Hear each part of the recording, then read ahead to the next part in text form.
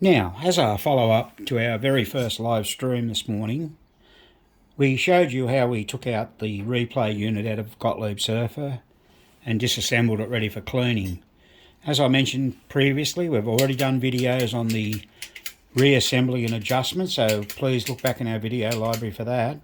But one thing we did notice when putting this back together, this peg was missing, or screw.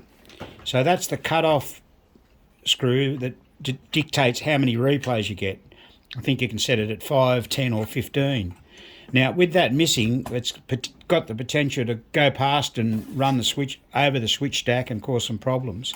So what we did, we used to make one of these, you get a screw out of a score motor stack with a nut on the end, and you're able to get a bit of heat shrink. I'll try and get this into perspective for you. Put some heat shrink on it, the nut that comes off the end of the stack, and screw it in, and bingo, you've got a cut-off switch. Or peg, I guess. So that's just something to look out for, because what that does, that will open up, when it gets to the end, it will open up the, it'll spin round and open up that switch to cut power to the coil for the replay unit, so it opens at 15. It must open at 15. So there, I think we wanted to share that with you, because you do see that a little bit, not a lot. I don't know what happens to them, whether they get loose and fall out. We had a quick look in the cabinet for it and we couldn't see it, but there is a bit of dirt and stuff in there, so it may be there. And just the other thing that we finished off was the player unit. That's all back in now. We've put new braid on the snowshoes. Some people call those the wiper fingers. And you've got to make sure you've got enough braid so that they spring up and down individually. They're snapping really good now. We even put a little bit, a light drop of oil down the hole there, so it's metal to metal. It doesn't hurt. It wears in after a while. And we're getting very close to finishing the score reels. How many we got to go, Graham? 3, including this one. 3 more to go. So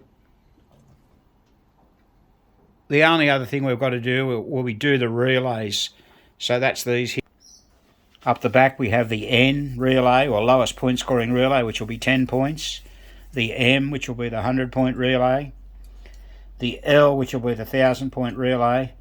And this machine hasn't got a K relay, a 10,000, that carries over to 10,000. Then we have the Z1, which is for resetting score reels 1 and 2. And the Z2, which is for resetting score reels 3 and 4. If this was a 2-player game, those 2 relays would not be here. The stacks in the switch cams 3 and 4 take care of that. So 4 resets player 1 and 3 resets player 2. So they're just little things to bear in mind when you're doing these games. We've also had a little look. There is a slam switch down here, just here. Probably a little hard to see. Can't quite get in there. Let's have a look.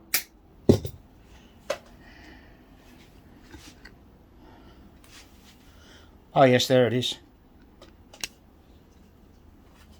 We've cleaned the switches on that, because if that doesn't make properly, you'll get no power to the game to start it up.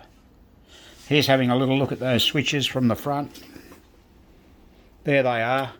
Now the Z1 and 2 relays have a stack which is normally closed, so when that relay operates, it will open that front switch. There's one on each. That gives power to each coil, I think, from memory. Alright, so getting close to finishing the back box off now. We found Spanky. You probably saw him a minute ago. Where is he now? There he is. He's over the back there having a look. He's checking out. I'm not sure what he's checking out. Oh, he's just having a look out the window. Okay, so as I said, that's just a quick follow-up for those that watch the live stream. And if you haven't already watched it, please do so. It's up on the site now. And remember, Please give us the thumbs up for all our videos and remember to subscribe, that's very important. In the meantime, this has been another Goat Shed presentation.